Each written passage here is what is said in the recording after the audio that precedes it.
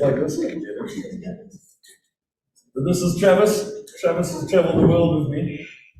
Travis has just had an upgrade, so he has a pre-flight testing. So let me give you just a little bit of background to me. So, where was I? About the first lockdown in 2020, sitting in South Africa, super happy. Had my practice, not super happy because lockdown just kicked in, but I had my practice, my family, comfortable car, comfortable everything. And then I got a call from Steve Marinus, who I'd known for a while. I brought him out to South Africa to teach pediatrics. I met him while I was doing my master's in pediatrics at Bournemouth. And he said, hey, I've got a space in my practice. So I was like, but your practice is in Southampton.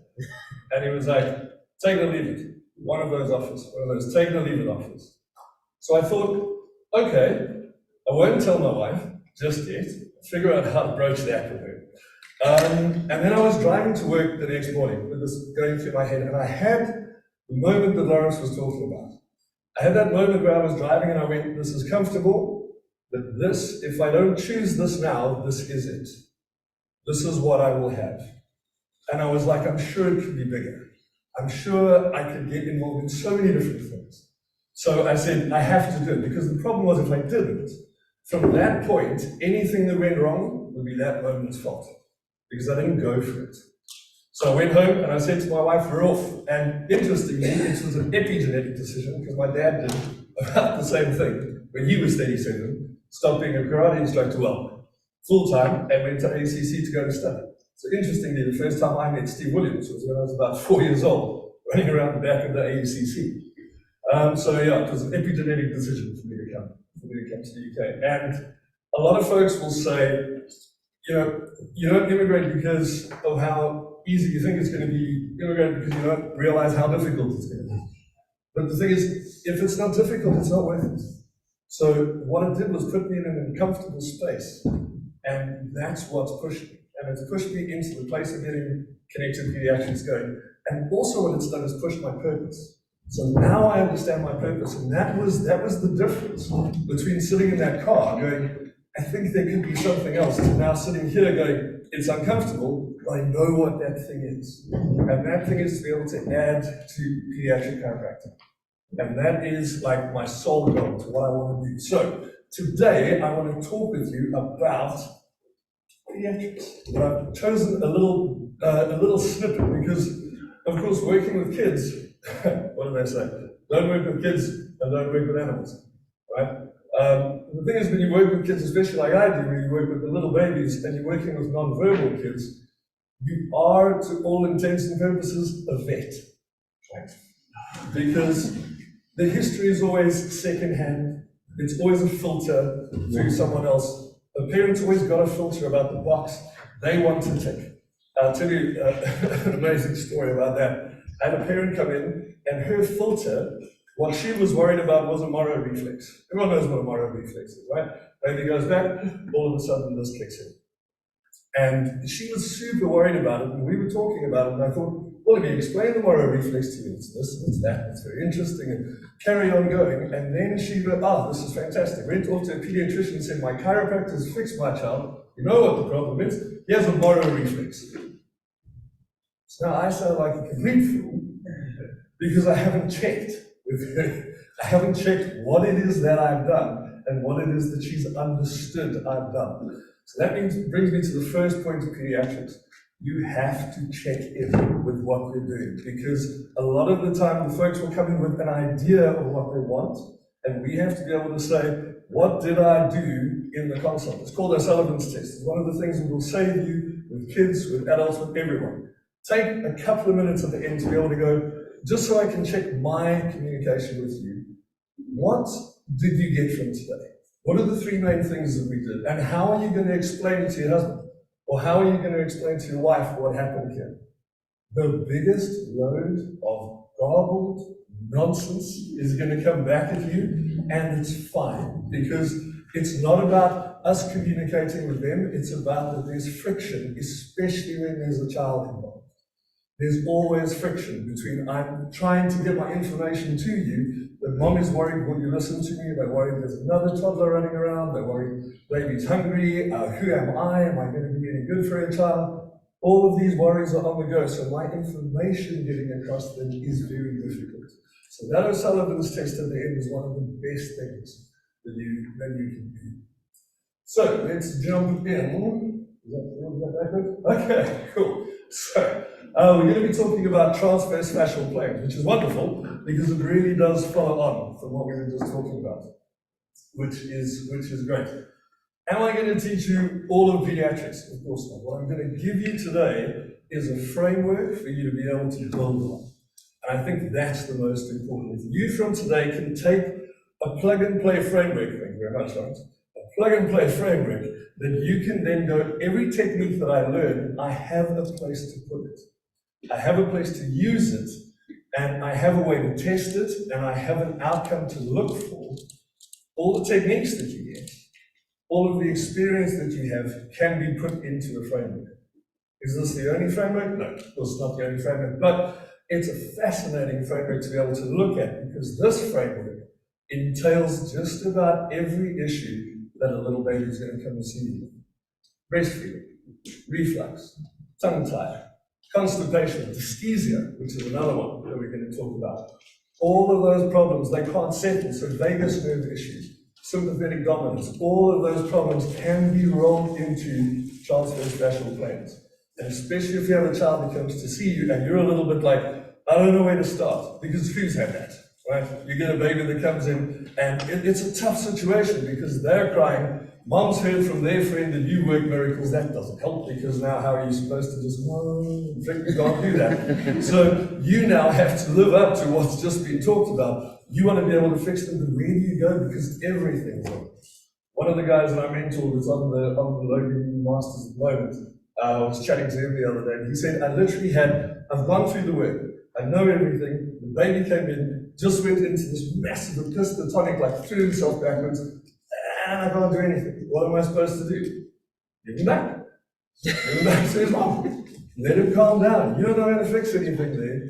Give him back and let him calm down. And that's the second point about pediatrics, is that working with them, you're not just working with the patient, you're working with the wider family. And remember that you have people in that office who can either make it a lot harder or they can make it a lot easier. And how do we make it a lot easier? We give them permission in the beginning. We let them know everything that's happening here is happening on their terms. If they feel like it's too tough, take baby. If you can learn how to use and work a baby on a parent, then you're set. If you can take just about any technique you learn and be able to work it with them right in here. Nils Bergman, wonderful Swedish prof, MD, talks about the natural environment of a baby is between a mother's breasts. And the interesting thing is when we tend to test things like sleep, and we test things like crying, and we test things like all sorts of like function, breastfeeding, whatever you want, other feeding, we tend to separate mom and baby, and then we test them. So what are we getting? A westernized version of what they would do. What is that? Not a biologically appropriate thing. So when we start saying things like, how long should a baby sleep for? We need to caveat it and say, how long does a baby sleep for in a Western setting? Not what's biologically appropriate, because it's always that one step away. And I think that is point number 3. If you can strip everything back when you're working with a child, literally take all the nonsense, all the everything, all the textbooks, all the mom's wants and needs, your information, everything, throw it out the window and say, what is biologically appropriate? Do that. Because our age, where we grew and developed and became the awesome, amazing humans that we are now, happened when we didn't have technology. It happened, we didn't have houses. All of that eon of evolution happened when we had just about nothing. So what do we have that works for babies? Ourselves. That's what it is. We don't need toys and gizmos and stuff, and kids don't need other stimulation. They need stimulation from the parent. They just need to be with the parent. So things like, when they say, how long should a baby sleep away from the mom in another room? I don't know. Who knows? Because it's a rubbish idea. It's a terrible idea. It's like saying, how long can I be underwater for? How long till my lungs give up? There's no good amount of time for me to drown, if you get what I'm saying. So the idea being, if you can take it back, That's always the answer. What will fix it? Connection. That's why we're connected pediatrics. Everything is connection. Connect with the parent. If you can get a parent to have high self-efficacy, it doesn't matter what you do. High self-efficacy parent means they're in charge, means they know how to operate and fix this child. So one of the big things we talk about when we're working our master classes is how to be Yoda instead of being Skywalker. So the idea is if you can be Yoda, Yoda builds confidence. Every time someone comes in, they build, we give advice, we show them how to do it, we get them to do it, we see that they can do it, and they go home and they do that thing. If we're Skywalker, they keep coming to us and we keep fighting a battle for them. Fighting the battle for a parent is as bad as not being one. So it's almost like if you are working in pediatrics, you have to put yourself in that mentor guide role. Because if you can get a parent to have self-efficacy, if you can get a parent to come into your office, this is my best. Parent comes into the office and goes, I don't know what to do. I'm stuck.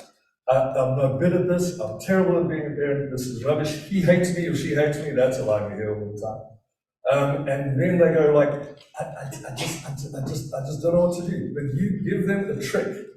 You teach them to do something that can fix that child. Like with dads, if you teach them to burp a baby or fart a baby, you've got them for life.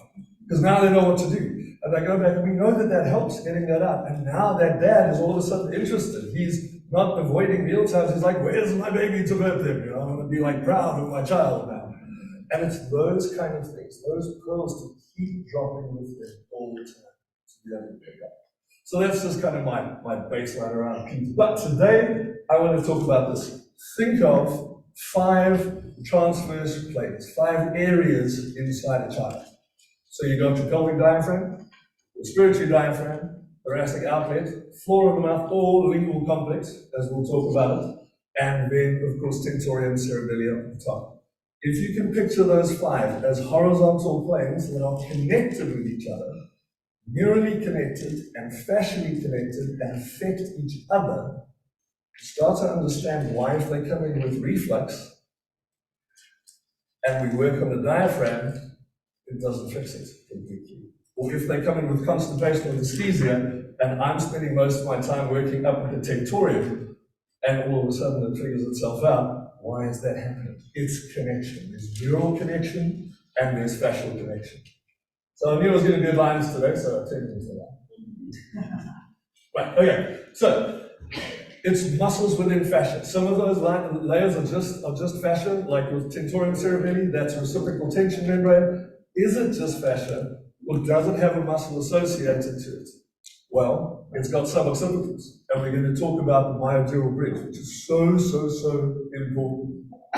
And keep in mind that the action of one of these layers can affect the action of others of those layers.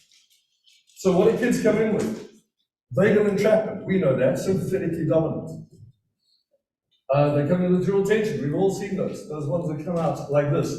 Picture this.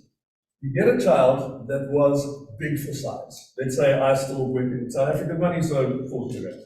So they come out pretty big, mom was quite small, 30-something hour labor, ending in either using fake oxytocin to really get a big contraction to shoot a baby out within 8 minutes, or they come out in the Caesar.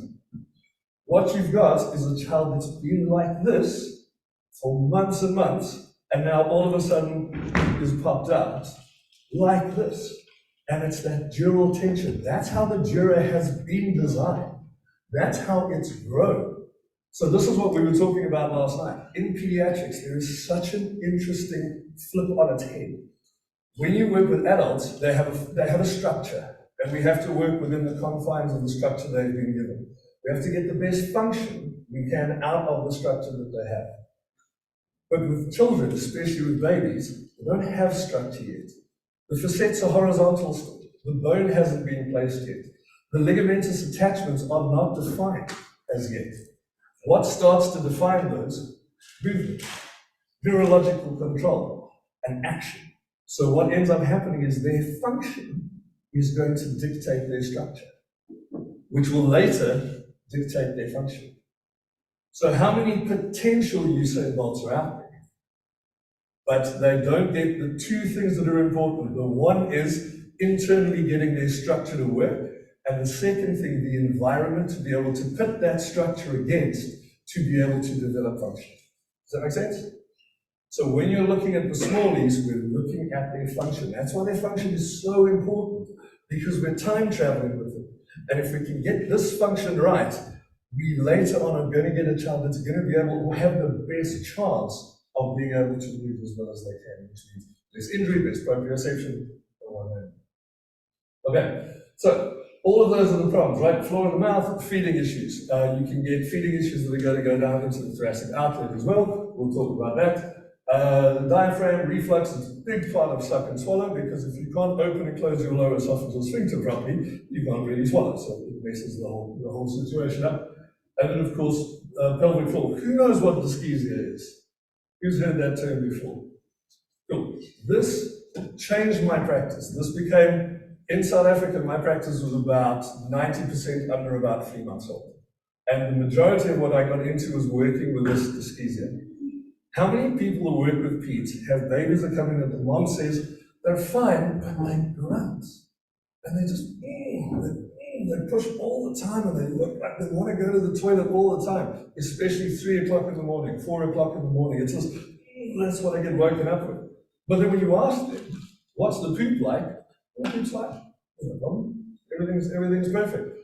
What's gone on when I've gone to the GP? Oh, they're giving us a laxative. But why? There's no, so dyschezia is, it's this hidden functional gastrointestinal disorder. And it's put together like this. It is a mismatch of the diaphragm and the abdominal muscles with the pelvic floor. So what happens is they push with the diaphragm and abdominals to try and help void the bowel, but the pelvic floor closes. So this one pushes tight, and so does this. What's supposed to happen is the legs are supposed to open out, puborectalis and all of those pelvic floor muscles are supposed to open and allow travel for gas or poop or whatever to come out, but both close. And they push and they push, and what do those kids come back for? Reflux. Because now they're pushed, and this valve is really tight. This valve is a release valve. It's designed to open, so they end up coming back with reflux. And if you can start fixing that, so one of the things that really built my practice was working out how do I teach them to get away from this dyschesic mismatch, and exactly like Sean was talking about, how do I give them motor control? Because I have to give it to them, because I can't ask them to do stuff. So I have to figure out how do I get them to do that? How do I get them to practice it? And then move forward from there. And we'll talk a little bit about that. So this is how I want you to see it. 5 layers. There is a frontal layer going on, and there is a posterior layer going on. So the tank, the lingual complex, thoracic outlet, diaphragm, pelvic floor. In the front, you have the deep front line. When we were watching Dort's talk yesterday, she popped that lovely fascial picture up that goes from the tongue down to the toe. That's deep front line. But we also have thoracolumbar fascia at the back. And we get caught in this idea of thinking that thoracolumbar fascia lives here. It doesn't. It lives right down, it has this anastomosis right down into the pelvic floor. It also goes right the way up across into the suboccipitals. We've already talked about having myodural bridge into the tentorium cerebelli. So what we've got is these 5 layers with a layer in the front that can put pressure and hold, and a layer posteriorly that can put pressure and hold. Everyone following? Awesome. Okay. Because my pictures get weird from now on. So there's now neurological control which is shared between these different levels. We're going to talk about that. We also get connection between the different levels. So diaphragm and pelvic floor will share their own fascial connection. Diaphragm up to thoracic outlet will share. Thoracic outlet up to floor of the mouth will share. So you've got all of these areas that can go wrong, and you've got the dura down the middle. So we all know about dural tension, but this is now a layer on top. I'm so glad Sean was speaking about fascia, because it just ties in so beautifully. And the other thing that ties in so beautifully is, think about how much of an athlete a little baby from 0 to 12 months is. They go from lying down, and this is the thing I always talk to parents about. Can you imagine that within 12, 14 months, they started off lying down flat, and at 14 months they can almost lift up their baby carrier. What the hell is that about? That is there's no development like that in the rest of like the mammal world. It's literally just us that go through that level of development. So going through those, we're going to have to be able to help them and be able to coach them through that. And part of that is making sure that everything's working. So, as Mike lovely said, I'm a musician, so if I find a chance to pop in the Rolling Stones stuff, I'm definitely going to do that. So that's the tent at the top, oral, the lingual complex, thoracic outlet, diaphragm, and then pelvic floor. All of that tells you is how that works in the front, and I want you to picture fascia goes everywhere. It's this connection right from the top. And one of the things that that picture of Dort's left out, that wonderful little picture of fascia always leaves out, is it doesn't stop at the tongue. It has connections that go right up into the reciprocal tension membranes. So the floor of the mouth can affect up into the reciprocal tension membranes. And the thoracolumbar fascia we've talked about. Okay, that you're welcome to take a picture of. We're not going to abuse you with that slide. Basically, just to say that the phrenic nerve, C345, keeps. Exactly right. But it also feeds off to the dorsal nerve of the scapula. It also feeds off to the axillary, suprascapular. So yes, it's working your diaphragm, but it also has to do with a lot of musculature around your thoracic outlet. Vagus anastomoses with phrenic, and it's firmly connected to the hypoglossal. And then connects to the medial longitudinal fasciculus. I'm not going to bore you to death with that. Apart from, that is a brilliant place in your midbrain where your vagus nerve has connection to the rest of your cranial nerves. That's why when you feel terrible, you see it on your face. Because there's this big, deep connection in both. And babies are like a highway of information with that. They'll show you exactly how they feel, and then you know that that is a true representation of what's going on. Also, trigeminal nucleus is in there. Mydural bridge we spoke about, which connects in. Fascia transversalis, that is amazing, because that connects right the way through here. It gives stabilization to your SIJs, and then moves right the way up into the deep cervical fascia. And then, of course, the thoracolumbar, and then you have the lateral wave on the side. So that is, okay, so that's your fascia transversalis. Up at the top on the left, you can see that it lies underneath that abdominal muscle. It comes around. You can see in the neck where it goes. It literally goes around the paraspinals, and then you look at that connection right onto that tip by the occiput right onto. And what's that for our SOT, guys? It's going to affect skin mesothelial synthesis, which is a massive part of what goes on with these kids. Okay, so fascia, lovely. We don't have to talk too much about it because we just had like a masterclass on fascia, which is great. Apart from a physiological problem at one place, can cause a physiological issue at another area. So when we start looking at kids with this transverse fascial planes, we now want to start looking all over the place. They've come in with a tongue tie, fantastic. Why are you looking at the pelvic floor? Because I want to bless you. Because I want to work all of it out. Keep in mind that your fascia is packed full of mechanoreceptors. Packed full of mechanoreceptors. And that means that it can be worked through touch and pressure. And what we're going to talk about in the prac section is we're going to talk about how do we release that fascia, and how does our touch and movement, and how do we take that fascia into areas of freedom. That's the way we're going to look at it. Okay, so that's the tentorium. Really easy. It comes around on the inside. It attaches into your occipital bone, around the internal occipital protuberance, right the way through to the temporal, and then it comes through to the clinoid processes on your sphenoid. So if you're into working with your cranials, which obviously we don't have time to go into today, you're going to be looking at sphenoid, looking at temporal, looking at occipital. Those are all going to be part of that. The interesting part is that the supratentorial part of the tentorium cerebelli has nerve supply from the trigeminal nerve, and underneath it has nerve supply from root C1 to 4, vagus, glossopharyngeal. Vagus, glossopharyngeal, and hypoglossal are going to be there all the time. Those are the ones that hang out a lot. And if you look at jugular foramen, vagus comes through, glossopharyngeal comes through. Where does hypoglossal come through? Hypoglossal canal, which sits into your condyles. So that whole area is going to be affected and effective to be able to work a lot of issues in infants. This myodural bridge, that's why working suboccipitals in little babies is so important. It is a direct portal into those reciprocal tension membranes.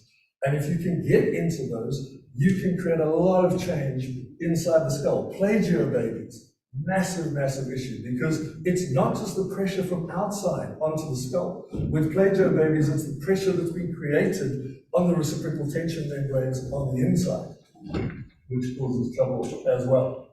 So the floor of the mouth, I call it the lingual complex just now. The reason we call it lingual complex is because it's not the tongue. We always get stuck on that. It's not the tongue. It's the suprahyoid muscles, infrahyoid muscles, all the internal and external muscles of the tongue, all the biting muscles, all of those are involved together. And again, we see our big friends, the hypoglossal, trigeminal, and glossopharyngeal are all there together.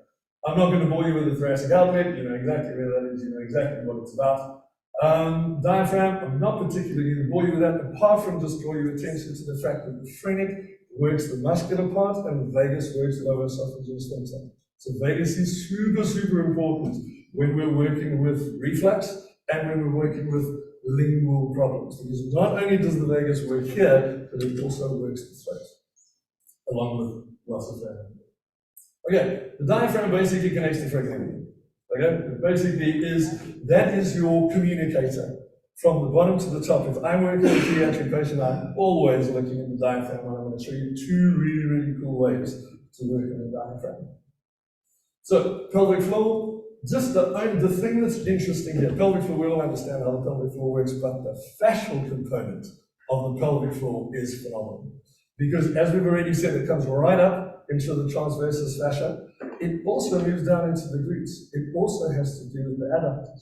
So when we're working with the pelvic floor, we can have techniques and we can have fascial release techniques that work all around that area to be able to help them go on the pelvic floor. Okay, so I told you I wasn't going to bore you with that. Apart from, if you look at that mesencephalon connection with the vagus and the rest of the cranial nerves, it shows you the diaphragm dysfunction can cause you dysfunction at the cranial base. It can cause you dysfunction at the floor of the mouth. And as long as we understand that, we're good to go. So, how do they all work together? So, if you're going to breathe in, first of all, your hypoglossal nerve has to open up your airway to be able to bring that down. Then, your tongue's got to move posteriorly to be able to allow space to bring it down. Then, phrenic and diaphragm have to work together, and then the pelvic floor has to work together. All of these areas work together all the time. With breathing, with suck, swallow, breathe, they work all the time. They even work together when we're trying to put pressure on, so when we get into oblique sits, or when we get into high rise on the knees, or when we get into crawling. All of these have to work together to create stability. Okay, and then we must operate for tongue, suck, swallow, breathe. So, if we look at obstructive sleep apnea patients, and we can just pay attention around here, but if we look at the research, they also get headaches. They also get problems with the lingual complex, problems with the diaphragm, problems with the pelvic floor. Chronic cervical pain patients get headache, but they also get lingual complex issues. They get respiratory dysfunction, they get postural changes in the pelvic area. So again, we're not just looking at the one area, we're looking all over. Okay. Here's now some further thinking. Where is my chat? There it is. So, here's a massively interesting one for me, and I really, really enjoy this, because feeding is wonderful. You hold into a feed position like that.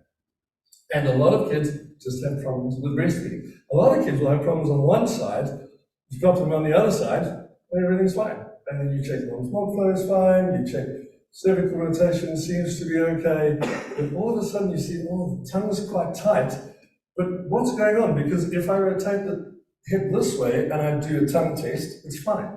But if I rotate this way, all of a sudden everything jams up. So you get really interesting things like one of the infrahyoid muscles is omohyoid. And omohyoid is going to go from the hyoid bone underneath, and it's going to connect to the upper border of the scapula. So what we might have is a baby that's been in this position being breastfed with the scapula locked down. And what's happening is if they want to move the hyoid bone up when they suck, this has to happen. But all of a sudden you're pulling it down, So now they can't get their tongue to reach them out, and now nothing's happening.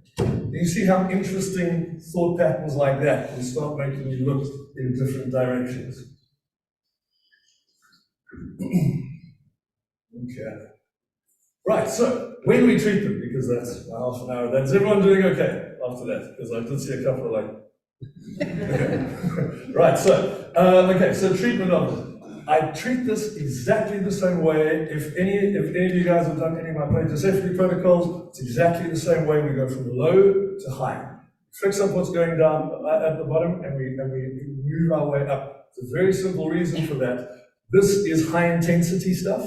This is generally low intensity. If I can get away with changing here, I can create slack at the top. If I can create slack at the top, I don't have to create that much change at the top. So I want to change what's going on lower down to move my way up. So the idea is we're going to first look into the pelvic floor, and then we're going to look to the diaphragm, then thoracic outlet, floor of the mouth, and then on. Okay, so the first thing that I'm going to show you is something called a sacral rise. Now, to understand why a sacral rise works so well, we're going to have to stand a little bit of craniosacral movement. So if you picture, and this is just my weird way of picturing it, we get inhalational flexion and we get exhalation or expiration.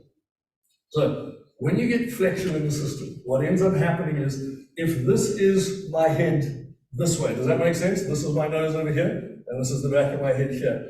My sphenoid goes this way, my occiput goes that way. Okay, so that happens.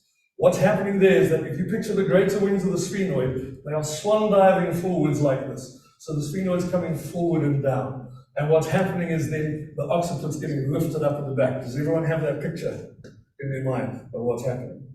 But what happens to the sphenobasilar symphysis when that happens? It raises. Now the dura goes right the way down and connects into the sacrum at the anterior tubercle of S2. So what happens to the sacrum when that pulls? It does that. So the sacrum ends up in counter mutation. So the sacrum is going backwards and being pulled up. So we go back again, sphenoid this side, occiput this side. They come up like this, the dural tension lifts, which means that the sacrum does this. Everyone got that? Okay, it does this and then gets lifted. As we go into extension, it comes down and then the sacrum moves down. So one of the things that we can have with tension around that area is that we can have a sacrum that's not moving. One of the problem with that is now we're going to have problems all around the fascia. Now we're going to have a problem that when I have to contract this, instead of lifting my legs up to open up my pelvic floor to get everything out, what I do is I internally rotate and extend my legs and I bring them close together. I swear to you, ask your mom the next time when she says they grunt at 3 in the morning, ask her if they're lying down doing this. Like that, and she'll tell you that's exactly the position they're going into because everything holds tight. So what we're going to do with that is this. I'm going to get one hand onto the pubic symphysis because remember, our fascia is going to run concurrent with that area. So I'm into the fascia that's going to connect down into the pelvic floor. On the back, I've got a connection onto the base of the sacrum. Okay? Now I have this kind of connection going on, which means that when my baby's lying down, I have the ability to raise the sacrum and lower the glutes. And I have the ability to bring that back again. So it would be wonderful if I could tell the baby, just slow down your breathing for a second, so that I can inhale and exhale as we go. Of course, I can't do that. Older kids, I can do that. Adults, I can do that. This is a wonderful technique for adults, especially geriatrics, because it's super low input and it's a wonderful technique to use. But what we're going to do with these guys is come underneath, over onto the top. If you can track a breathing pattern, that's wonderful. And if you can track a breathing pattern, it will look a bit like this, because you're moving up and down with them. And the interesting thing is, as you start to organize the sacrum, as you start to organize the system working, all of a sudden they're breathing and they'll do this, they'll go, and it will all start to come down. Because what is another one of the fundamental things of releasing the fascia? Parasympathetic activation. So as we work with this, we start to feel them come down. This is one of the most calming, easiest exercises and pieces of like assessment and treatment at the same time that you can do with babies. It is wonderful. And the other thing that they love, especially prems hate little bits of touch. Why? Because they can't tell the difference between light touch and pain. Because their spinal thalamic tracts are set to like 11. So everything is screaming. So what do prems want? Deep touch. What do infants want? Deep touch. And this gives us that off the bat. So it's hand at the bottom, hand on the top here, and as they breathe in, if you can catch it with the older ones, we're lifting the sacrum up, and as they come down, we're coming down, because we are trying to get that craniosacral rhythm pumping with them. My feeling, and this is my own extrapolation, is in that position with a baby, I'm actually quite happy just to pump that system and not actually run with it. I want to pump it because I'm teaching them and I'm giving them a mechanic to be able to work. Does that make sense? Because that is one of the coolest, most powerful things that you can do with them. Okay, so an extrapolation from this, and I will give all credit to Steve Williams because this is one of his techniques, and it's a technique that he teaches on pregnant patients, but we've talked about it loads. It works really, really nicely with peds as well. The idea is now we want to actually get onto that pelvic fascia. So we're going to have a thumb on either side. Oh, look, it's like Inception. So if you've got a thumb on either side of the pubic bone, what you're doing, obviously clothes off, what you're doing is you're feeling, so you're pinning down and then lifting slightly. And I want you to feel which side moves more, which side has restriction. But here's the rub with this now. I want you to take that restriction into the area of freedom, because I want to teach the fascia, I want to teach those mechanoreceptors, this is where you need to be, and then I want the CNS to take that on board and change that. Because just as Sean was saying, it's absolutely true. Tight muscles is not a thing. Because the thing is, if you were to cut the nerves to that muscle, it would just relax. It's not tight. It's being told to be tight because it works within the system. And our intro to the system is the fascia, to be able to tell them, you don't have to do that, you can actually relax and open up. So that technique, what you're going to do is you're going to get onto the area that's tight. Let's say it's my right side here. I lift up and I feel that it's tight as I lift superiorly. Fair enough. I'm now going to go into any direction but superior. Anything. So I'm going to bring it inferior. I'm going to bring it medially. I'll bring it laterally, and the interesting thing is as you move, the pattern changes because it's starting to work it out.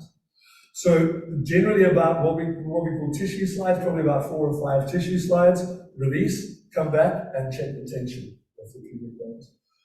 If you can get that right, you can get a lot of the pressure out of the bottom here and then start to reassess further up. But those are my go-to starters. Those 2 techniques make sense? Cool. This is the problem with pediatrics. I'd love just to bring babies further up. You get it. You get it. Okay. Not going to worry about pelvic shear. I am going to worry about this, because this is some awesome, awesome stuff. Now, remember we said that the fascia connects right the way through the glutes. The fascia connects right the way through to the adductors. And in fact, that anterior, that deep front line, comes from the front here, wraps around the adductor to the back, around the back of the calf, and comes right the way back to the end of the big toe. So something that is cool, that's not on the slides, is if you're sitting working with a baby and that's the tension, just get mom to pump the feet. Just fingers onto the big toes, or thumbs onto the big toes, and just get them to pump as you go. If you can have a pump working here, and you can have them sucking, and I promise you now, sucking just turns their heads into Lego. It's brilliant. It just allows everything to start moving. If you can get motion on both sides, you win. So what we're going to do here is we're going to check trunk tension. And very much like what we were just doing, we're going to hold baby in the position here. I'm going to hold underneath here, and I'm going to rotate. And I'm going to rotate side to side. So I'm holding the pelvis in, and I'm seeing which is tighter and which is looser. The thing here is I want to teach you to go into the area of freedom. Okay, if you have problem working out why that would work, picture, I'd take some sticky tape, and I put sticky tape onto my hand over here. and I want to stretch the sticky tape, and I pull my fingers this way, it's just going to hang on further.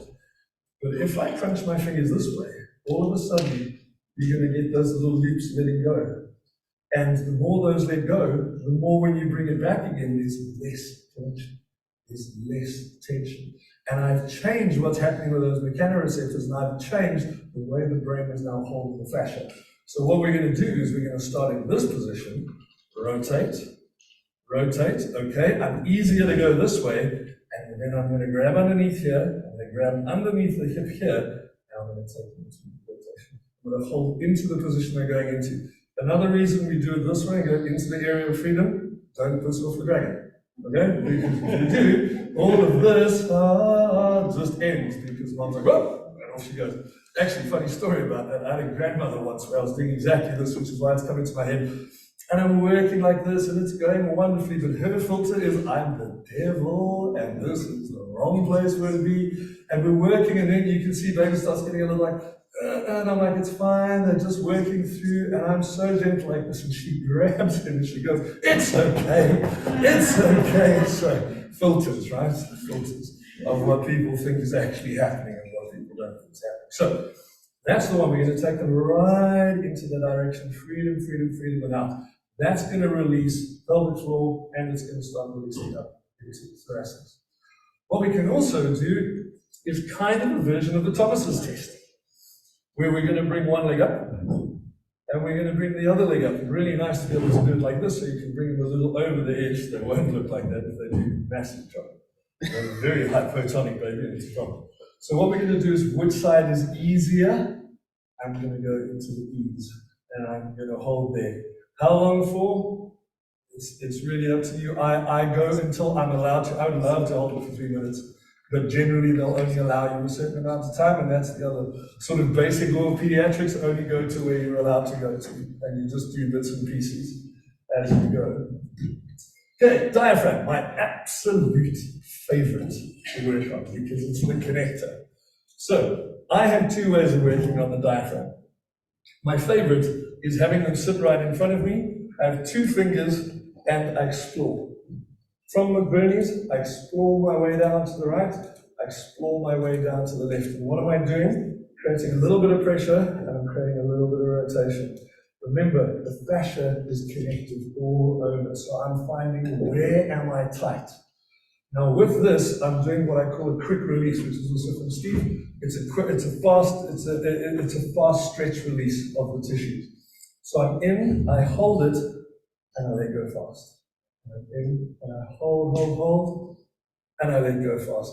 You can also have them lying down and do exactly what you did at the pubis, up at the top of the ribcage. You can pull down, and you can feel what's happening in that same place. So exactly the same that you were doing there, you can use into the pelvic floor. Okay, thoracic outlet is a fun one because thoracic outlet for me is kind of all about first rib with babies, and it's all about what is the first rib doing and how's it working. Because that first rib clavicle area is, okay, well, clavicle is the first bone to fully ossify, and there's a reason for that because there's a lot going on in that area, okay? So one of my best, and one of the things that works the nicest for me for thoracic outlet, because you can't get in with this nonsense. So we've got to be a little careful with what we're doing. So I get my fingers onto that rib head at the back. I get my fingers onto the rib head at the front. I know it gets a bit more specific there, of course we get a lot more specific, but just the idea, I'm on both. So what I want you to do is challenge it. So I want you to compress and then side to side, up, down. Bring it together as one unit, and what is it doing? What I generally do from there is if I feel there's tension, I'll give a lateral pull, and I'll just leave it in that position and then start to get into the position that is free. Okay, trying to get the areas of freedom, go back and recheck that again. Do you see that it's the same concept that's coming up over and over again, just into different places? Is it making sense? Okay, cool. Because I remember the first time I sat in the proper Pete's thing, and I was like, does it make sense? I was like, yeah, okay, fine. It doesn't make sense, okay. Just don't ask me questions again. Okay, so the only one I want to talk about here, because some of them are a little bit intricate to get into, we do get into in the masterclass, but the most powerful thing that I can teach you from the floor of the mouth is in two ways of attacking. One is from external, one is from internal. Okay, I'm not talking about pterygoids, I'm not talking about vaccinators, I'm not talking about releasing all sorts. What I'm talking about is getting a fascial release of the floor of the mouth. Because what do we know now that we didn't know 5 years ago?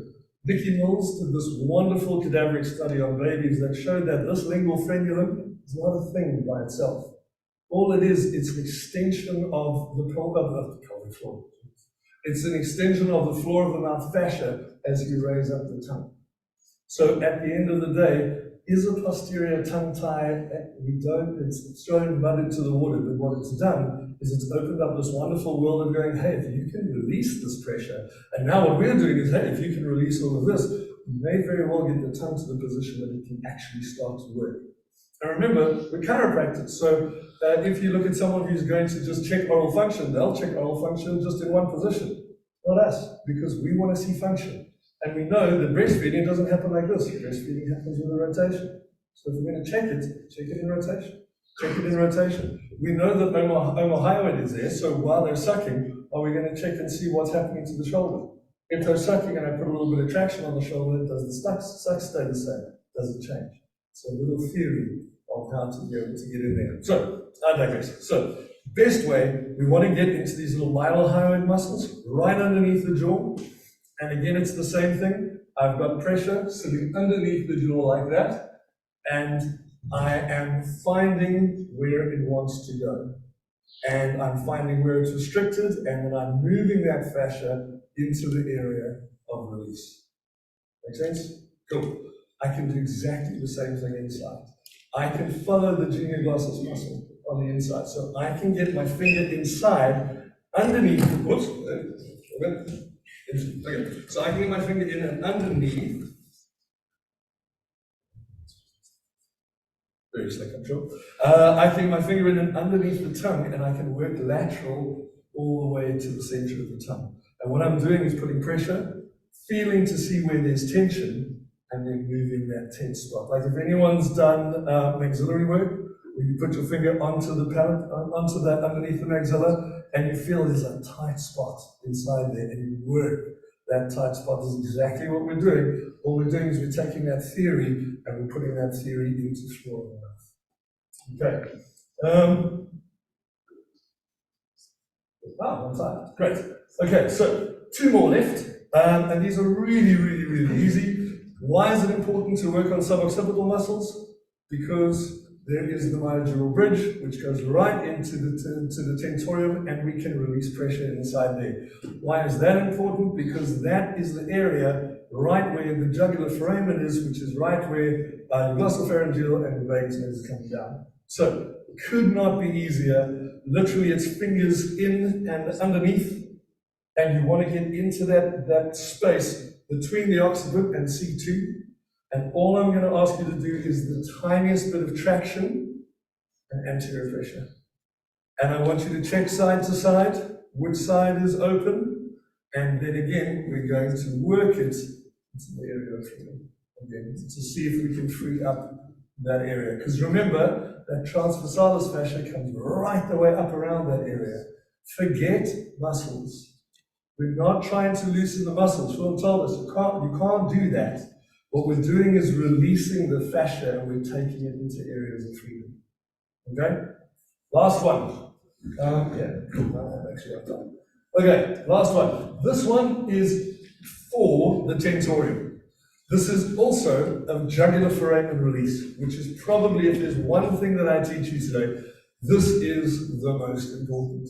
Because babies are sympathetically dominant. They're designed to be sympathetically dominant, right? I mean, that's the idea. Being parasympathetically dominant as a baby in the jungle doesn't keep you fed. It doesn't keep you alive, so it's important to be sympathetically dominant, but the problem is, now with the kind of Western lifestyle we have around babies and the stresses that they face that they're not supposed to, that sympathetic dominance goes to a whole new level, and the parasympathetic is just nowhere near being able to put the pressure down, being able to put the brake on. If I think about parasympathetic and sympathetic with babies, the way I think about it is this. It's a car that's careening down like a hillside, right? And there's a brick that's on the accelerator. That is the sympathetic nervous system. That's how the system works. It is my foot on the brake, which is the parasympathetic. That, as we come around a corner, I know they're sympathetically dominant. I can't change that. The brick is on the accelerator. That's how it must be. But I'm going to, via jugular foramen release, via doing carotid artery release, via doing release of the diaphragm, via doing skin to skin with moms, via getting babies to have a look at adults' eyes, to be able to contact that way, by getting the microbiome right, so that we can change the vagus that way up to the brain, we can continue to put the foot on the brake all the time. And that's what's required for those first couple of months to get the best outcome. Does that make sense? Good. Start down a hill. Okay, so this is the last technique I want to show you. All this is middle fingers right at the level of the external acoustic meatus. I'm going laterally. I'm going off the occipital bone. That is the most important. I'm going off the occipital bone onto the temporals. And what I'm doing is I'm creating a lift that way, like a V. I'm lifting out those temporal bones away from the occipitals, because what lies between the temporal bone and the occipital bone? Jugular foramen. That's exactly where it is, and I'm separating it out. Why am I separating it out? Am I separating the bone? I'm loosening the fascia, because what happens is there's fascia that goes all the way around those nerves coming down. And what happens in that area if the fascia is tight? Bad blood supply to the nerve. What does that mean? Vagus now can't operate to do the things it's supposed to do. Okay, so we're in that position. It's a lift and a slight extension out like that. Okay, so just to recap the idea of what we were talking about today. This is a theory. It's a plug-and-play theory for you to be able to use when you get kids coming in to see you. Pelvic floor, respiratory diaphragm, thoracic outlet, floor of the mouth, tentorial cerebellum. It's a pathway for you to be able to use. So what we did today is once every 2 weeks we do this kind of online stuff. This was one of the weeks that we did. If you feel like this is something you'd be interested in, plus what we do as well as we give a technique bank where you have access to a bunch of techniques. Let me not tell you about it. My fantastic wife has said if you go into the flyer, you go into that B-table, that QR code, we give you 1 month free if you pop in the code Lions. So you're welcome to jump on, see what it's like. If you feel you get value out of it, as I said, my whole thing is just to give as much value as I can. So I'm 5 minutes early. Thank you guys for listening to me. It's a pleasure.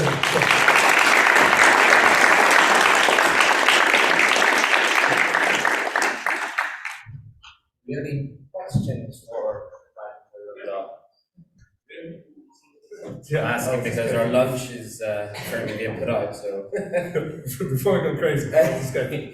Any questions about pediatrics that company come up? Yeah.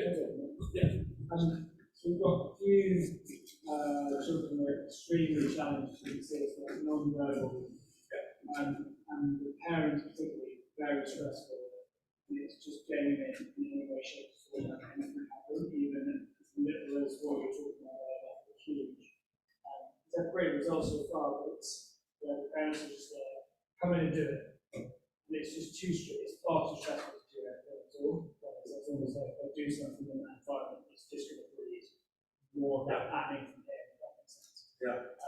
Obviously, it's much of an extra parents, but situations which is really resonates from a particular culture where it's not the empathy's not high, to be honest. So it's just more about kind of finding that right entry point, I suppose, when you have such a lot of stuff going on. You need to go through about 4 or 5 different things to try and work on. What's your hierarchy? What's the most important? So a couple of things getting into that. You have to create some sort of therapeutic environment somehow to get anything to happen. I've got a little spectrum guy that And we figured it out on the fly because he comes in with his parents and it's insane. He's all over the place. Everything's crazy. But one day he came in with the au pair. Perfect. Absolutely perfect. Lay down, hang out. We were like, hang on a second, what's going on? Until you realize that that relationship is so fraught. And as the parent comes in, it becomes more. And then everything becomes more. So that's the first thing, is to try and create that kind of environment. The second thing for that is, that's why this model for me works so nicely, because you go in where there's the least amount of stress. If you start going to the head of a kid like that, straight away. So what's cool is, if you're working in this kind of model, you don't have to look there yet. I'll get there when I get there, because I'm pretty sure that that stuff is all there. But if I can start off, and we'll add something else in here, there's another transverse fascial plane, which is your feet. And working on those can make the biggest difference. Because if you have arches that aren't working, if you have internal muscles that aren't firing, the amount that's going on here, the amount that's driving pelvic floor misalignment is going to be massive. So even starting there and moving up is the way. But if you start off in like a high pressure place, and that's the other thing is to try and push that, because I know like a lot of time we're running late, and I come in, do whatever. So what I do, we're lucky. I mean, we've got a bit of space, and we've got another room which has a whole bunch of toys and stuff. Here you go. Into there, chill, hang out, whatever. I literally come in for the 5 minutes, do what I physically need to do, and then I remove myself. And I'll speak to the folks around it, but it just, the more time I spend in there, I've got them. Like, they start to, you can see as you walk into the room, they're like, the more time I spend, like, this is just getting worse and worse. The other thing is time at least, so they just give them the time check things through, make sure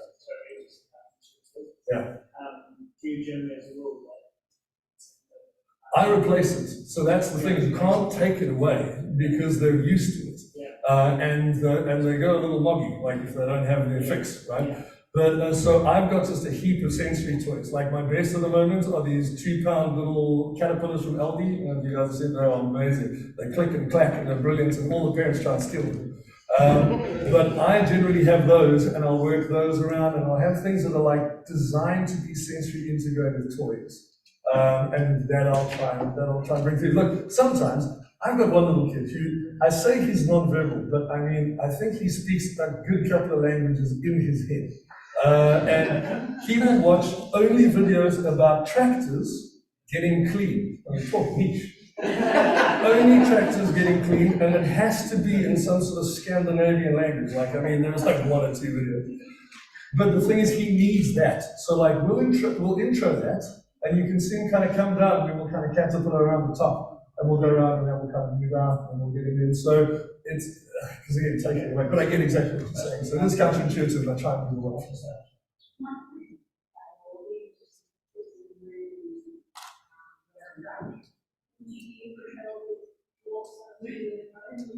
Yes. Yeah, absolutely, because it's easy and it's low risk. Pumping of the feet, massaging of the feet, pumping of the feet, I really like. Just massaging around the skull. Again, sutures are also massively packed with mechanoreceptors and massively parasympathetic and stimulated. So that kind of stuff, just to be able to bring it down. Absolutely. Yeah. Cool.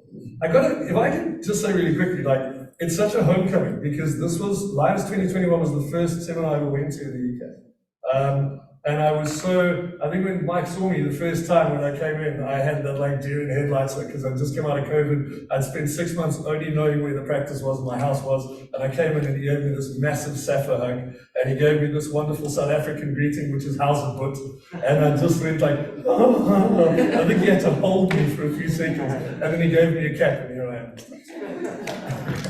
am.